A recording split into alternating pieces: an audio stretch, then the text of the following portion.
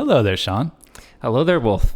It's good for us to be meeting in this way together. We're finally doing this in person. I know. Before we were just talking through Wi-Fi and through our phones and the ether, right? And the ether. Hey, you remembered. Yes. I do have a tendency to get excited, so I have to remember not to get too excited as I talk into the mic. But yeah, it's good to be here. Thank you for having me. Yeah, it's good to be here too. I feel like in some ways you still got the ball rolling on this with the previous talks that we've had. Mm-hmm. Well, you've upped the ante. You've risen to the occasion with this level of production and equipment that you have at your disposal. So yeah, thank you for hosting me. And you know, the audio engineer in me loves doing this. Well, and it's not only that; it's the collaborative spirit as well. Which yes. But to all of everyone who's listening, thank you for joining us. We are Sean and Wolfgang. Obviously, I'm Sean. He is Wolfgang, and we are a philosophy podcast that we have decided to call Olympian Philosophy. Yes. For the time being. For the time being, but we can always change our minds. That's the beauty of the way the mind works, right? Right. You can always decide, you know what, that idea doesn't work. That underlying belief was a poorly held assumption, and we can analyze it and come up with something better. Wow.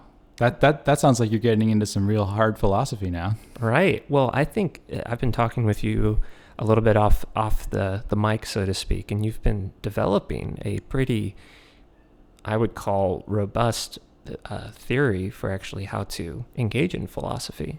So how would you go about starting to do that? Yeah, I mean, my journey on this has been going on for years. I don't even know if I have an exact origin date for this, but it all started with my process of wanting to think better, and which sounds like a very lofty goal, but it's something that many people secretly have as a goal in their life, and I would encourage everyone, even if you don't think philosophy is for you, you might want to second guess that just a little bit, because there's a lot of benefits to this way of structuring your thoughts that has downstream consequences in a good way to pretty much your entire life. And I think it's less of an academic exercise than a lot of people think it is, because of the ways that philosophy is introduced today, especially in different school environments and those types of things. And maybe we'll get into some of the academic aspects of it at points, but I want to keep it as approachable as possible. Right. And really speak from experience with your own, yes, call it narrative with philosophy in general. So, and thank you for having me, by the way. I love just the engagement of learning how other people think and hearing other people's ideas about what reality is, what nature is, what language is, what science is. It's always interesting because everyone almost always has a different linguistic avenue for conveying the similar concepts at the very least. Yeah, and I appreciate having you here, because it's always better to exercise as sort of a participatory activity. I know that's how a lot of the ancient Greeks did start out when they were philosophizing, and I think that spirit needs to continue into the modern era as well. That actually, if you don't mind me asking, that brings up a question of, there obviously has to be a certain intent and attitude if you're going to engage in not just a discussion or a conversation, but actual philosophy with people. There almost has to be a sort of underlying assumption of good faith and like kind of challenging your own beliefs and assumptions about what you believe. And that's something that you've taught me, actually, is not to steal your thunder, but what do you think made those ancient Greek philosophers so astute in a lot of their realizations? Like, was it merely because they were simply brilliant, or was it just the culture that they infused into not only their disciples but their teachers, of really listening to people and kind of assuming that everyone's trying to solve the same problems? Yeah, I think there's definitely a societal component to it that you're kind of alluding to there. I've heard some people say that what helped their culture thrive so much was actually a balance of the secular and the divine, or the spiritual world together. Oh my gosh, that's such a rabbit hole. And I don't want to go fully down that, but I think that there's a balance that they achieved in terms of their thought processes that were sort of grounded on the earth, but also that were the bigger ideas that were kind of more abstract and not of this earth, if that makes sense. It makes me think of a couple of different modern philosophers, but I don't want to get lost too long down that tangent. Obviously, I mean, philosophy is endless. You can talk about anything. Really. That's the beauty of using it for content, is that we'll never run out, because there's never any final answers to any of these questions. Exactly. If I might indulge, like, one of the things that I've been toying with lately is just linguistics in general and how that plays into philosophy. For example, I would postulate the only way to engage in philosophy is to have an agreement on the language that you're using. And what basic words mean. Obviously, words may be like eudaimonia, which isn't something that's normally inscribed into people's experience. So you might require a little bit more in-depth conversation. But describing objects like a chair or a fork or a table or a mic stand or a computer. Sure. Those are things that are pretty easily relatable. When you use those terms, it conjures up an image and a concept that's easy to deduce. But, concepts maybe like Stoicism, for example, a little bit more complex, a little bit more abstract. Yeah, and I definitely agree with what you're saying there, but I would start cautioning people a little bit that I think that the reliance on using certain terms, and especially the more technical terms, the more academic terms, has been sort of to the detriment of this philosophy becoming a mainstream sort of activity, because people assume that, I have to understand all these very technical terms in order to participate. And what I would rather us do is try to come up with a common set of terms we can use that are more approachable to the masses, and start from that as our grounding level, which is kind of where I approached how I wanted to develop my thought process and how I wanted to break all that down. Can you please lay that out for me? I'd be very curious to hear what you have thought of. Okay, sure. So there's basically, I've tried to explain this a few different ways. There's 4 different levels is one way to think about it, or there's 4 different stages of thought that one goes through. And the intent here is not to think of it as a strictly like a gated thing where you have to participate in, or you have to fully realize one in order to advance into the next. It's not that kind of activity. It's more of like you could actually be working on all 4 at the same time if that's something that you have the discipline for, and that will work if you're able to sort of maneuver, like thinking on all 4 levels at the same time.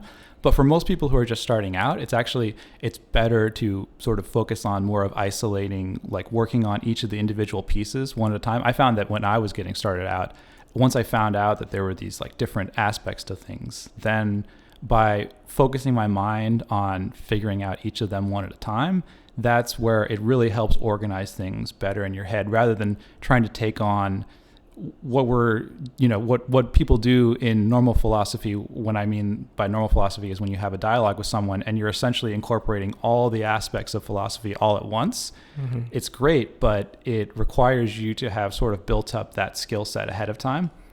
So I want to start with like the most basic piece of that, and that is what I refer to as identify all of your underlying assumptions that are underlying your beliefs in life. And so one way of thinking about doing this is the classic philosophical question, why? So you basically start with everything you believe in this world, and you just keep asking why about the whys until you get to somewhere where you basically, your answer is basically either because, just is, or you don't really have an answer. It's just you believe it. Right. I think I've actually mentioned this to you 2 times already now, but there was a comedian who was describing his daughter asking the question of why constantly, and eventually, after an indeterminate amount of time, the comedian was left saying, because there are some things that are, and there are some things that are not, and things that are not can't be. Very deep. Such thought, much deep. Exactly. So, there's a quote that I like, which is another joke, but I don't know exactly who it's attributed to, which is, if you ask why once, you're a scientist. once you start asking why more than once, you're a philosopher, because essentially you're never satisfied with the answer, right? You always want to dig deeper. Right. And I think that's actually, it speaks more to the spirit of philosophy versus science, that why, that searching. It's almost, I think philosophy is more of an intent than it is a sort of a technique than anything like that. Yeah, there's a lot of people who don't understand the connections between the origins in philosophy that eventually led to sciences, because a lot of what happened there is that we started with the big questions that people didn't have answers to, right? In terms of, there's three big ones that people ask in philosophy generally. There's what can I know? There's, what is there? The sort of, what is the nature of reality type of questions. Right. And then there's what ought I do, or how should I act? The more ethical types of questions. And so each of those start off in the very abstract sense where we don't really have answers to those. But then as we develop techniques to be able to answer those questions, whether that's, science or different politics, different subject areas that we can have a more concrete answer to those questions, it's no longer, it branches off from philosophy at that point into a different area of study, because once you have more practical applications of things, you're starting to get outside just the realm of ideas at that point, and now you're entering into usually a science of some sort. Right. I guess you could almost describe philosophy as sort of the primordial idea space through which, well, let's say, all the other liberal arts or sciences and ways of thinking come from. Right. Yeah. I don't know if everyone knows about what PhD actually stands for, but they're all doctorates in philosophy, but it's always philosophy of a very specific area. So you're asking the fundamental questions in a particular area that you're trying to dig deep into, kind of the same way that philosophy does. I have to admit, I did not know that. Thank you for teaching that to me. Yeah, that's awesome. Oh gosh, I just lost my train of thought for a second. Which is funny because there is also a PhD in philosophy, which is kind of a redundant subject if you think about it. Well, once you go meta, you can't get much better. Exactly. Okay, bad rhymes and jokes aside, I was going to say that there's actually data to back up what you're saying about. I hear what you're saying as saying philosophy as being almost the primordial, the growth through which science and other arts even can. Almost all other aspects of humanity come about. There's actually data to support that. I was just an ad on YouTube, and forgive me if I can't remember the exact URL, but it laid out a framework for how almost all concepts in the known human sphere of concepts can be linked and traced back to philosophy. And it was an interesting data map, actually, that showed that. And it was looking specifically at Wikipedia searches. So if you keep on asking the why, if you go to any Wikipedia article and you keep on clicking on those little blue highlighted sections that are links to other articles, eventually you'll get to philosophy. Yeah, and I think that shows kind of the nature of the point I'm trying to make here. So once you keep asking the why, you'll eventually reach some bottoming out point. And those come by different names depending on what your background is, but some people call them your intuitions. I've also heard them called your first principles, your core beliefs sometimes. There's dogmas is another term people sometimes use for these. If you're more in the academic or technical space, you might call it a priori knowledge or axioms, maybe. Those types of, just to give some names to these, and you can kind of substitute those names in your head for every time that I'm referring to those. Right. You could almost think if you were a computer programmer, for example, you could almost think of a priori or axioms as kind of like functions if you in an overarching program, right? True. Or maybe a scale in music. Yeah, I know that there's some analogies I've made trying to compare this endeavor of the intellect to a few different areas, and I mean we're both musicians, so obviously music comes to mind pretty easily. So these are sort of like the fundamental building blocks of what do we have to work with here. And so in the world of music, that might be something like all the notes of the scale, for example. Right. And then you could, I think we were talking about this yesterday, and I wanted to go down this rabbit hole pretty deeply. So you feel free to stop me if at any point this is getting too much. But, I will.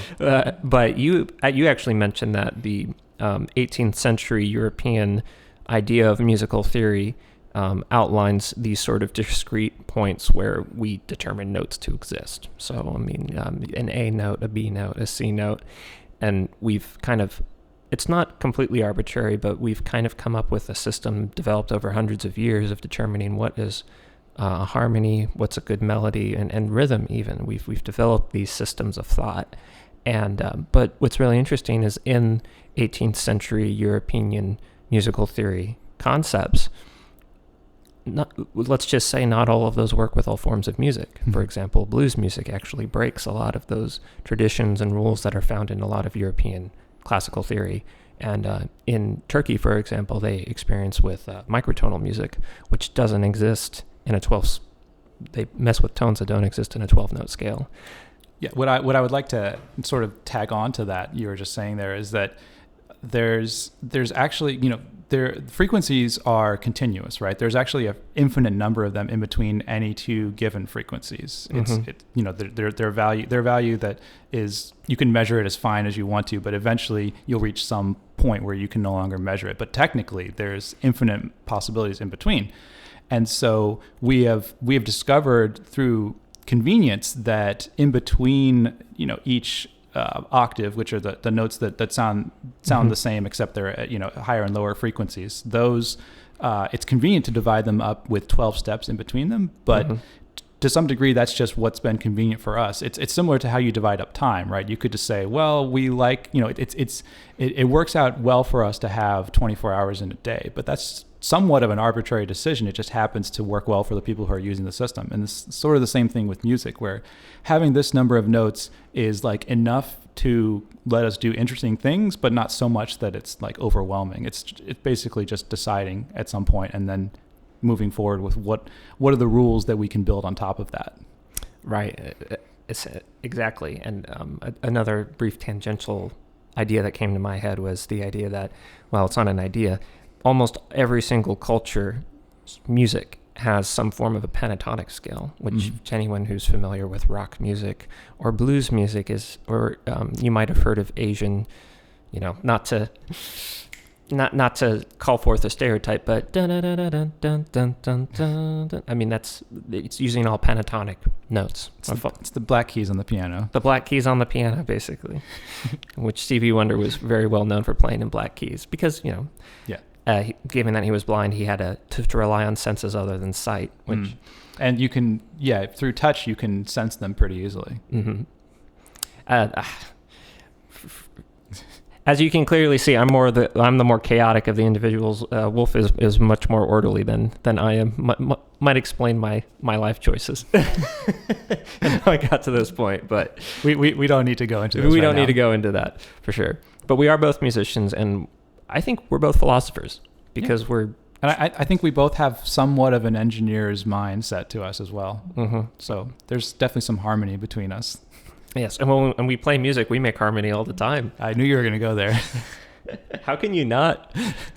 But isn't it just so, it's just on a side note, music is so universally understood. Like I was listening to a story on the radio, and a Japanese janitor in Japan was just sort of observing and listening to, I believe it was Beethoven. It was one of the German composer's symphonies, and he started tearing up. And it just goes to show, I mean, that's a physiological response to music. I mean, obviously there's some merit in music that goes beyond just the culture that creates it, And obviously blues music, it was derived from African spirituals and slave spirituals for the African Americans that were here in the United States. Yeah. But there's tons of people, regardless of race, ethnicity, or gender, or anything like that, who enjoy that music. It's definitely a universal form of language, as I think you've already said before. And I think the language that it is connecting with is on a deeper level than most of the languages that are written and spoken. Which is so interesting. Has it ever made you wonder whether our current understanding of language itself is somehow flawed? I don't have to wonder, because I know that language is highly flawed, and it's one of the things that makes philosophy really difficult, because ultimately if we want to conduct, or if we want to engage in philosophy with other people, we basically have to use language, but we quickly learn how imprecise language is when we try to use it as a tool for communicating. It also uncovers there's a similar phenomenon, which is when you're doing this first step of the analysis is you're using your brain to analyze itself. It's like the only tool you have to do something is with it itself. It becomes very meta and very, very difficult to try and kind of step outside yourself. That's a really interesting point. That actually is making my brain hurt just thinking about that. thinking about my brain thinking about itself is.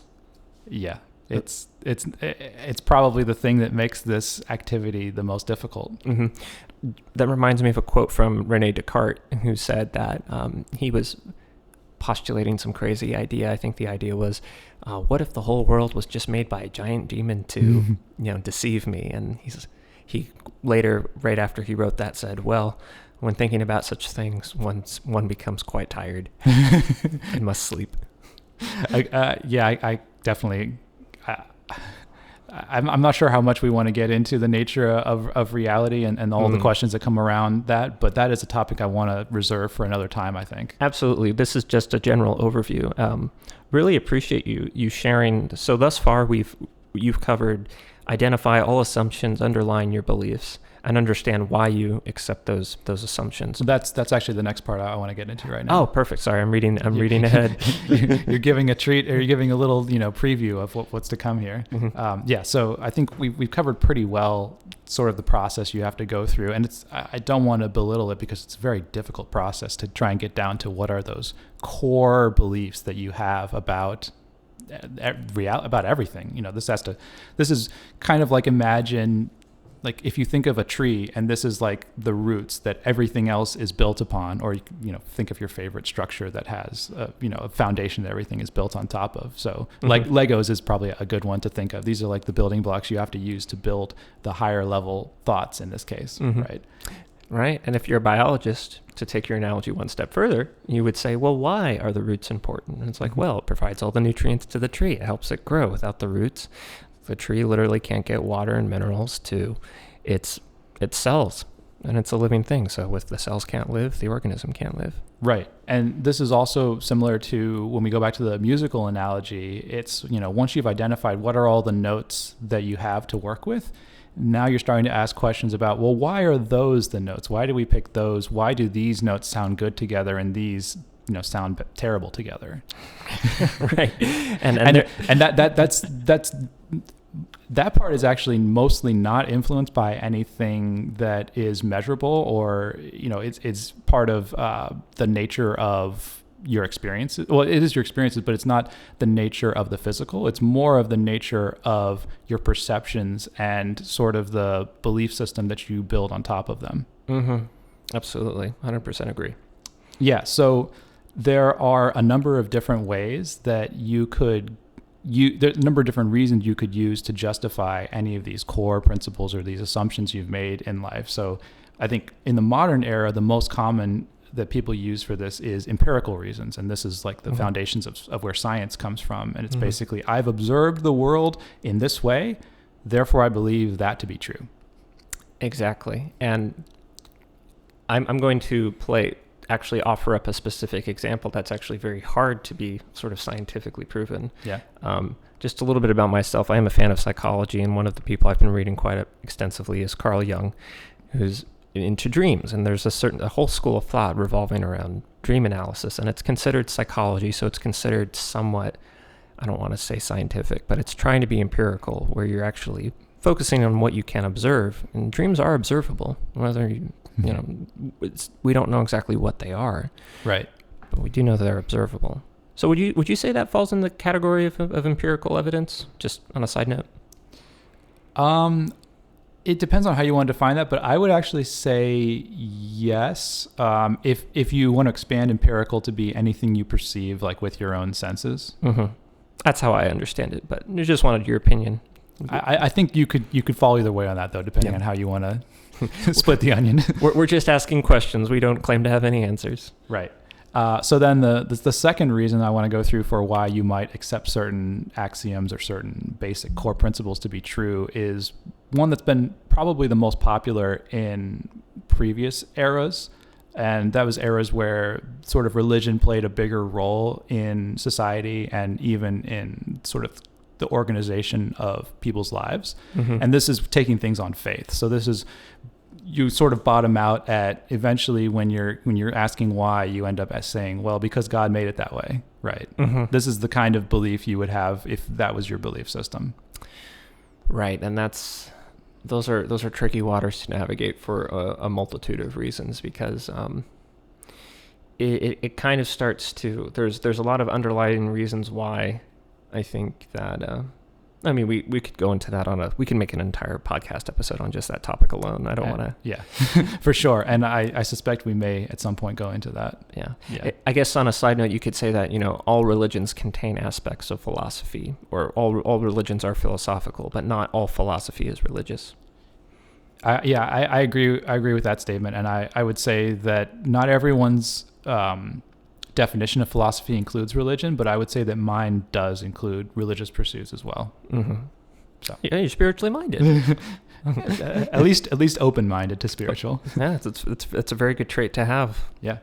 And so then there's this other category I want to go through, like my last example of the reasons why you might accept certain things to be true. And this is what I think of as sort of an internal consistency type of argument. And this is a lot of what we use for like musical definitions that we were talking about, where mm-hmm. there are certain relationships among things. This is also where the origin of math comes from to a large degree. There's certain relationships that we can identify, and those relationships, that harmony, that symmetry, that beauty, whatever you want to call that, is sort of what establishes the truth of things. Mm-hmm. I think of two examples, one from evolutionary psychology and the other one is simply the Fibonacci sequence. Mm-hmm.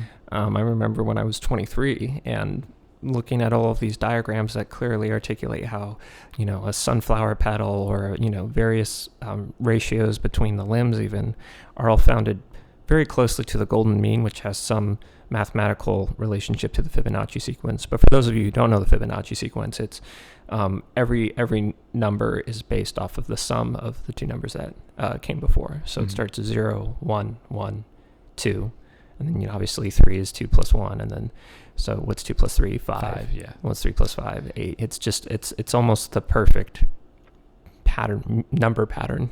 It is probably the most perfect number pattern that exists. Then the other thing that makes me think about that in relation to evolutionary psychology, which psychology actually has its roots in philosophy, they've done studies on symmetry mm-hmm. and how it pertains to beauty, and there's actually a very consistent internal mechanism in humans that is able to identify attractive mates based off of certain symmetries. Right. Which is interesting. But that would be a sort of example of, I guess, of a consistency. Yeah, I think this is the one that most people don't necessarily realize they're using in their lives, because they don't tune into it very often. They kind of just see the outcomes or the effects of their beliefs that are driven by it, but they don't always dig deeper and try to see sort of what those more foundational pieces are. And I think the other thing I want to bring up is that I don't want to make it sound like people have they pick one reason for explaining their whole reality and that's it. Most people mm-hmm. don't realize, in fact, I would say most people don't even realize how many of these core principles they have in their lives. They kind of assume that there's actually a simpler structure underlying everything than there actually is. Mm-hmm. But most people, it's actually sort of a combination of the experiences they've had in the world will inform some of their worldview, scientifically in most cases today. Some people won't realize this, but they'll have beliefs that are handed to them from others without ever actually explaining them. Mm-hmm. And they'll build other beliefs on top of them without mm-hmm. ever realizing that they had accepted those core tenets of someone else's beliefs. Mm-hmm. And then there's also the stuff that I just talked about, where there's certain things that you experience, certain relationships in the world, and you take that you derive meaning from those without actually realizing what that foundation piece was. Mm-hmm. Exactly. And that's a really important point. I guess in biology you would call that cancer, a cell that sort of replicates bad information upon itself and then continues to perpetuate. So yeah, and we need better defense mechanisms against that, and that's a big part of kind of why I'm going through this whole endeavor here. I wanted to try and develop a system that was a clear sort of framework for my own thinking, mm-hmm. but while I'm building it, I want to make it in a way that's sort of divorced from any of my own personal beliefs and views. Mm-hmm. And that's the part that made it really hard for me to sort of develop a system. But I feel like it's my responsibility to do that if I want to make any real progress here. It sounds like what you're describing is the concept of dispassion. You're trying to look at something as it is without necessarily asking yourself how it makes you feel. Right. It's also sort of exercising that rational part of your brain to a larger degree. Mm-hmm. Being strictly logical and rational and reasonable, I guess. Right. And so there is that aspect of philosophy that, sort of does come in a stereotypical fashion that I think there's some merit to that, but I think you need to be careful in understanding that plays a role in philosophy, but that's not all there is to philosophy. That is, I would agree with that. I would agree. Actually, and I just do agree. Not I would. Would is a subjunctive context, and that implies actually an alternate universe, actually, to say I would do something under a certain set of circumstances. Right. Okay. Well, yeah. I want to make a comment here, but I also want to stay on track. So let's move on to the next piece we have here. For sure. Just to make sure we get through everything. Absolutely. Okay. So now that we have gone through the first two steps, we now sort of we've taken inventory of all those things that we take as our core principles, right? And we've identified through those Lego building blocks how we are able to build up all those other beliefs. And now we've also come up with explanations for why we have accepted those things to be true. And this is basically the part that sort of puts us into a particular philosophy or a particular school of philosophy. These once you start explaining why you believe certain things, usually that's what turns you into the different schools that I don't want to go through like too specifically right now, but like right. There's if empirical observations are the majority or even all say of your beliefs, then there's an empiricist school that you would fall into, because that's basically why you accept certain things to be true, right? So now that you sort of have a better understanding of where you're at in terms of your own thought process, this is the part where you need to start challenging that thought process and exposing it to other views. And usually these are going to come from outside of you, because most people don't have sort of the willpower or the discipline to be able to think outside of their own framework of thinking at this point. I'm getting a little bit meta, but generally this is the part of the process where you would start bringing in outsiders. But I would say that if you want to do the isolation exercise where you're only working on this part, it's not really a dialogue at this point. It's more of just absorbing information. So like if you want to do this in the real world, the correct way, although I'm not going to say there's rules you have to follow here, but I'm just saying like the most pure form of this, I should say, would be to go out into like the public square and just absorb other people's opinions that they're espousing, or ask questions.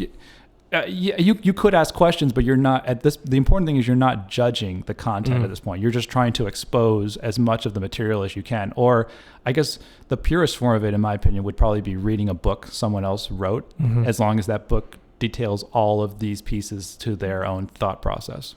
Absolutely. And we were in our run from the other day, which unfortunately had technical issues. One of the things that we kind of mentioned was, I think, you had mentioned, correct me if I'm wrong, is that steps 1 and 2 can really be done internally without actually any external source. You can sort of think yourself, or writing is a good way of what are my beliefs? Why do I believe them? Or meditating is another great process you can use to expose those things if you want to reach deeper inside yourself. But I totally agree. I think the important thing to know is sort of the boundary we're stepping across here, or the difference we're making, is that steps or phases or whatever, stages 1 and 2 are, because they happen internally, they're things where basically you're the only one hindering your own progress. And it's really a question of intention. But for number 3, what stands out to me is that what's required to challenge your assumptions and beliefs by exposing them to alternate views.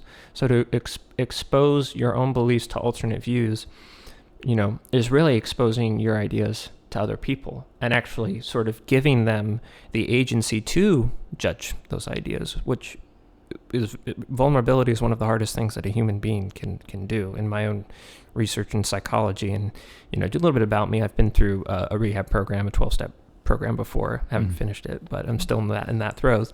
But life is good. But it is a very hard thing to be open and vulnerable about people's ideas, which is, I think, that is something that's divorced from logic in and of itself. The cognitive aspect is, people feel emotions regardless of whether they understand their emotions or whether it's right or wrong or not.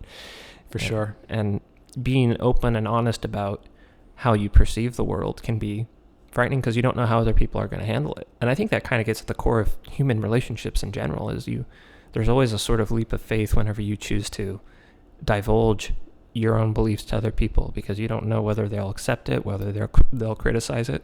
I think you mentioned the other day as well that number 3 is sort of the place where you were on this journey.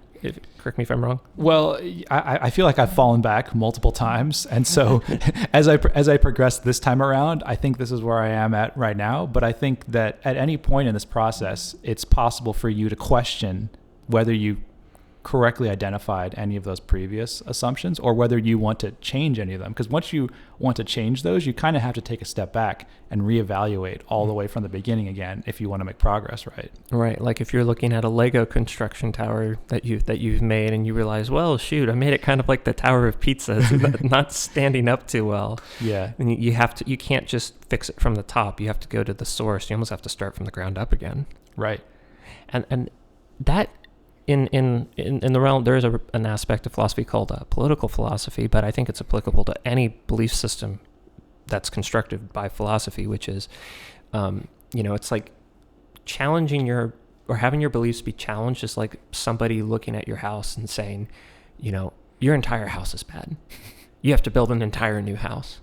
So it almost pays, I think it's almost pragmatic if you are engaging in this dialogue of challenging your assumptions and beliefs by exposing them to alternative views, you're also sort of, if people go into that with that agreement, then there's also the assumption that you can challenge other people's beliefs as well. And then I guess an aspect of philosophy could be how to best engage in that way.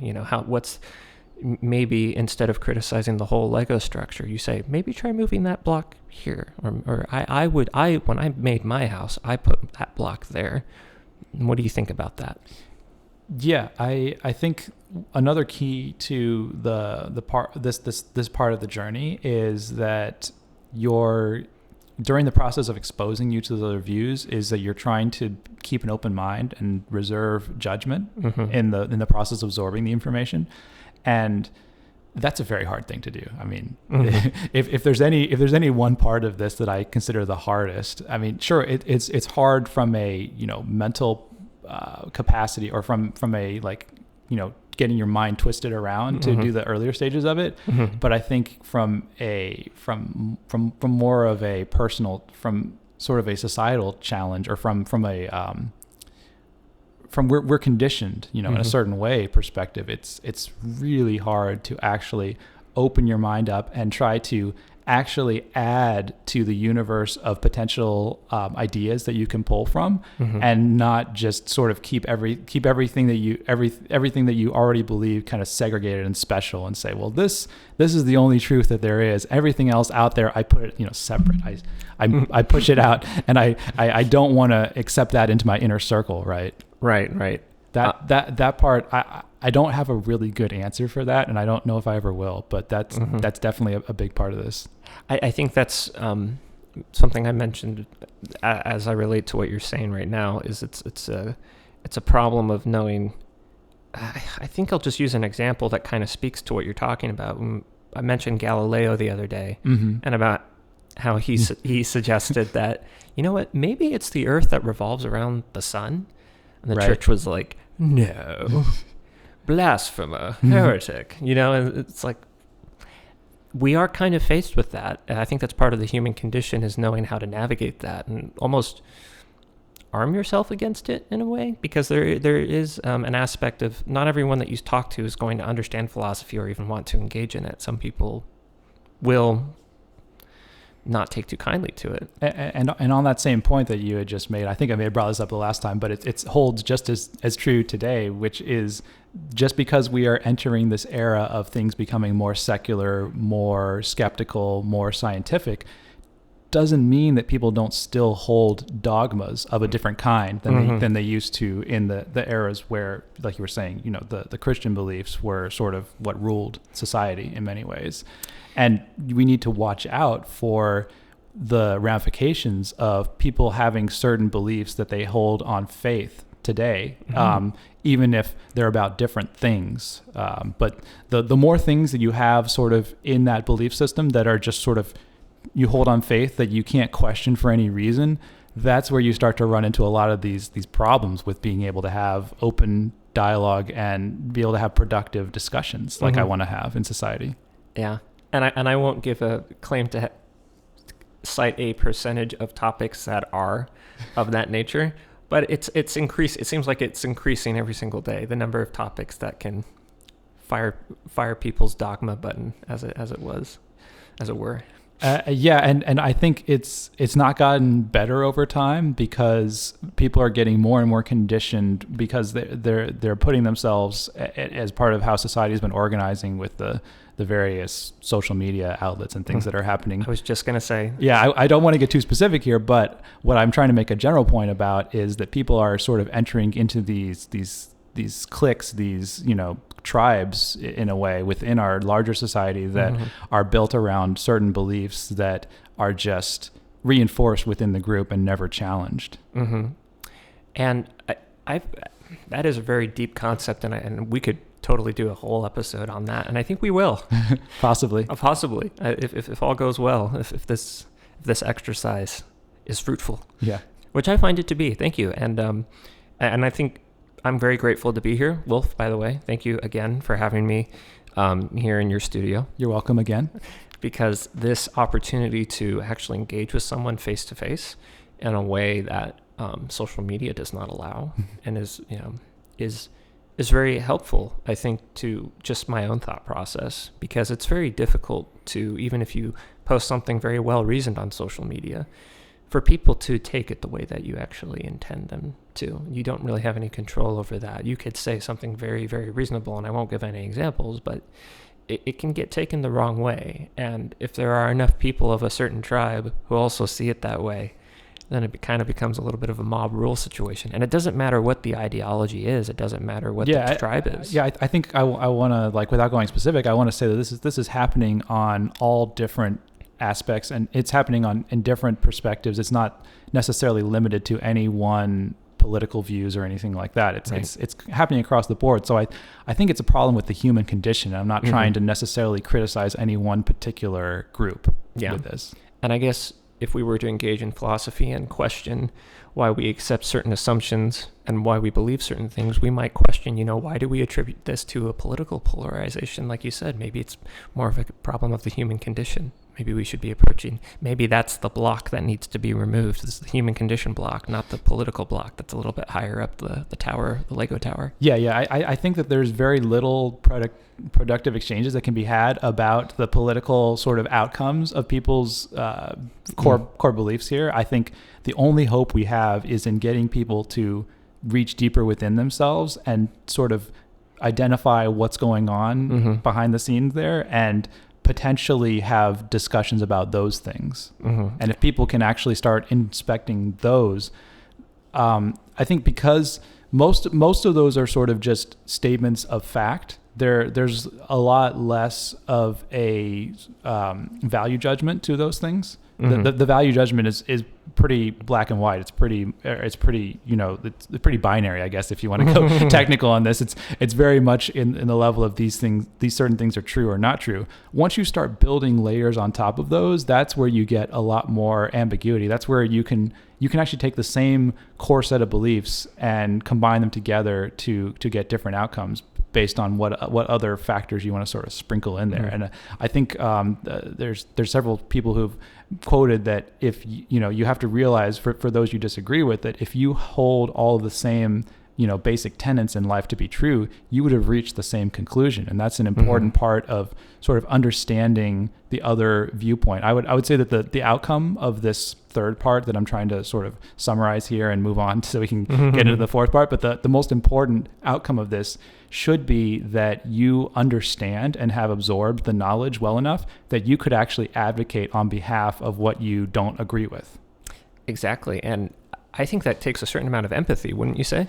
That's definitely a portion of it, but I don't think you necessarily have to feel what someone feels to understand at an intellectual level. I realize what I said now could just be taken as just being emotional empathy, but really understanding how other people think and what their own experiences are. Yeah. I will say that, I mean, I have friends of various, like we've already kind of touched that glass ceiling that we don't really want to touch again of the political stuff or the political sphere. Let's say, well, we don't want to touch that. Yeah, but I'm okay touching it, but I think when we go there, I want to be equal treatment, because I don't want to make it seem like it's a unique issue to any one particular political viewpoint. Right. Absolutely. And I think what I was saying is I did lose my train of thought a little bit. But yeah, I only wanted to touch on that as an aspect of, it is a hot button topic, and I think it's on everybody's mind at the time. And so I just, having a good faith understanding, I was going to say that I have gotten more understanding about myself and my own human condition by listening to people of all walks of political beliefs, all ethnicities, all religions, and that sort of that listening mindset of, maybe, talking to someone who's Islam, talking to someone who's Jewish, talking to someone who's left, right, front, center, back or forward, it's it's given me, I should say, an opportunity to orient myself and figure out, oh, that idea works. That idea doesn't work. That idea also works or doesn't work. Right. And I think one of the things that makes it challenging, going back to a little bit of what I sort of said before, in the modern era, is that we're organized into these groups that tend to only, in terms of, if you ask for more information, you tend to only get recommendations for viewpoints that are similar to what's already established within that group. And whereas when I want to seek out other viewpoints, I often struggle with where do I even look? Where do I go? So one reference that I've been going through, and I know most people don't really love studying history, but the beauty of history is that by looking across a large enough span of time, you'll find a pretty diverse set of viewpoints and different thought processes that have happened, right? Absolutely. And I relate to that a lot. There are a couple of titles that come to mind specifically, but knowing your own history too, I think, is also an important, kind of the history of your own growth, not just the history of the world, but the history of, like, how did you start out? Like, there are many people I know who maybe they started out Christian and became secular, and there are many people who started out secular and then became quite spiritual and Christian actually later on in life. Right. And I would add to that, though, that, while the limitations on the first two steps are kind of within your own mind, really the limitation to this sort of step is more of a societal one of how many other viewpoints are there to expose yourself to, like how much diversity of thought exists within the sphere that you're looking. Right. And so what we're doing is really quite important, because we're actually engaging in that third step right now by having this discussion. We are questioning the assumptions about questioning our own assumptions, I don't want to get too lost here, but to some degree, yeah, we're going through that ourselves. Right. Well, I have to say that in listening to you, I identify these three steps. By the way, I will say I am cheating. I have a list of everything that Wolf's written down. Yeah, this obviously I've gone through this a number of times. Yeah. So these are his theories. These are not mine. I'm just along for the ride. You're privy to some of my prior art on this. I am. Well, I think that's actually a pretty good segue to get into number 4, because I'll just say this. I feel convinced.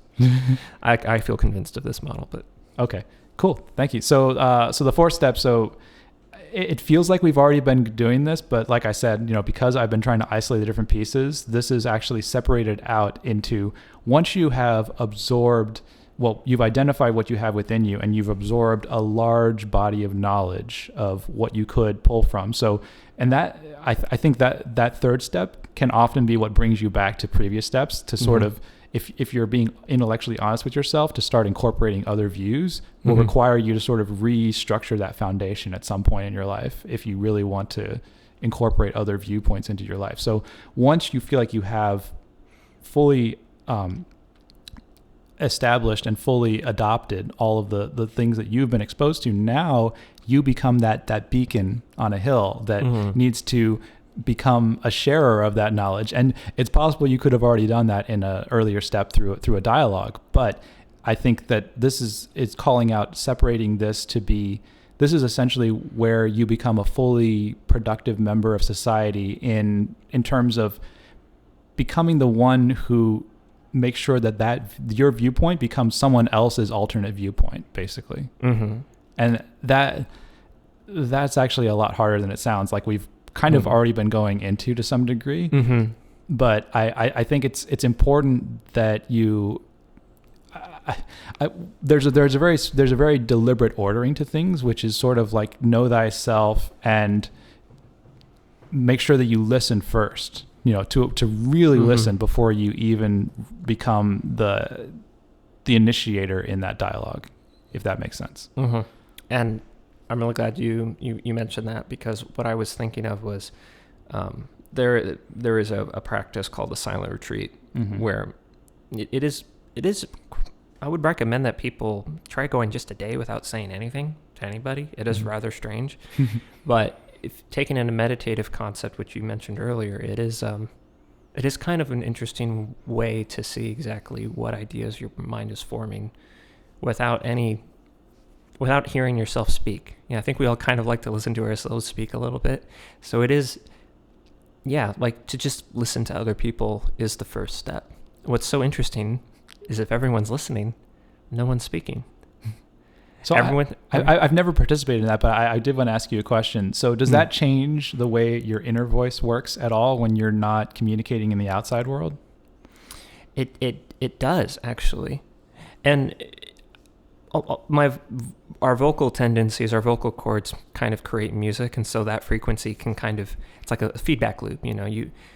That's why in certain Hindu or yogic traditions they'll chant and they'll om, because there's a belief that certain frequencies make certain thoughts. Right. So if you they have a chakra system, which as a model of understanding various parts of the body, all you need to know is that fifth chakra, throat chakra. So if you remove that channel from being expressed, you're basically sort of, energy can flow up and down.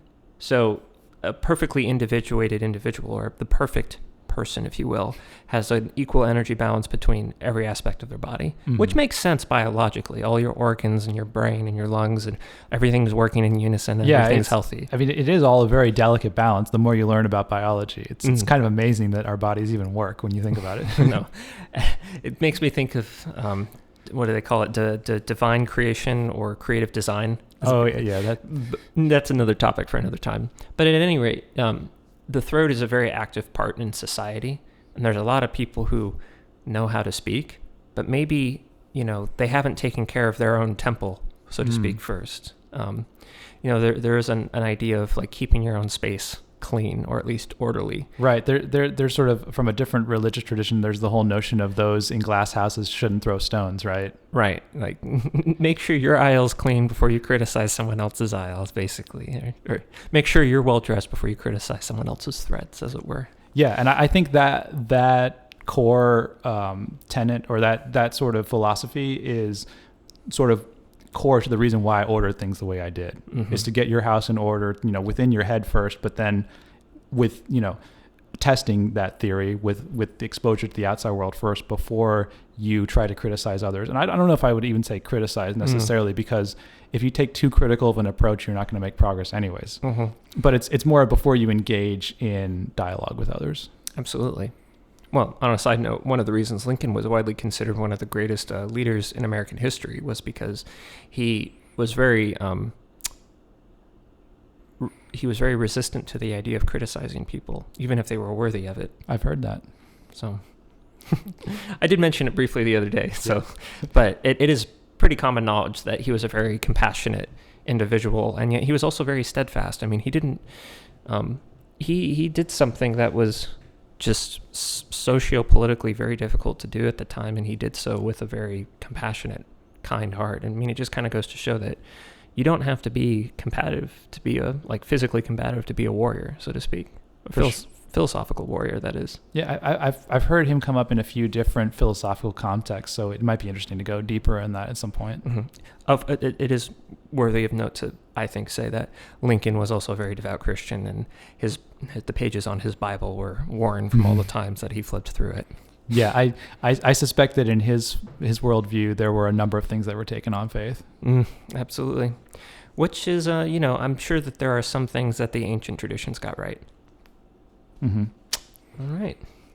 So I think we're about ready to start wrapping things up here. Absolutely. And wow, I really would just want to go through this, kind of cap it all off. So again, I've got the writing in front of me, but the steps of philosophy according to Wolfgang. And for the record, I believe these are great steps. There's it's not perfect, but I feel like it's been a good evolution from the earlier version, which I don't know if you still remember it, but I originally started out with something to the effect of philosophy as being the ability to think for oneself and communicate with others who think for themselves, which is, beautiful and true and all of those things, but it's also like there's so much packed into that statement that I feel like there's almost no meaning to get out of it if you don't already understand it. So it kind of fails in its purpose. So I wanted to break that idea that I started with it down into, well, what does it really mean to think for yourself and to be able to communicate with others who think for themselves, right?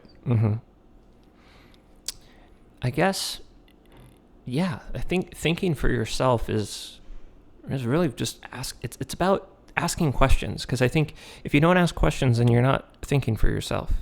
Like, to make an analogy to AI, for example, we don't really know if AI can question an input. Like a computer doesn't question an input that I give to it. Elon Musk makes an analogy that we're basically already cyborgs because we interface with technology, and our consciousness interacts with technology in such a intricate way. But if I click on this phone that I have in front of me and tell it to scroll through Wolf's hypothesis of philosophy, it listens to me. It doesn't question. So it becomes an extension of my consciousness. And so it's not thinking for itself, but I am using it almost as a way to help me think. So, well, that gets into the whole notion of what is free will and do we have free will, which is a topic I would love to go into at some point. Absolutely.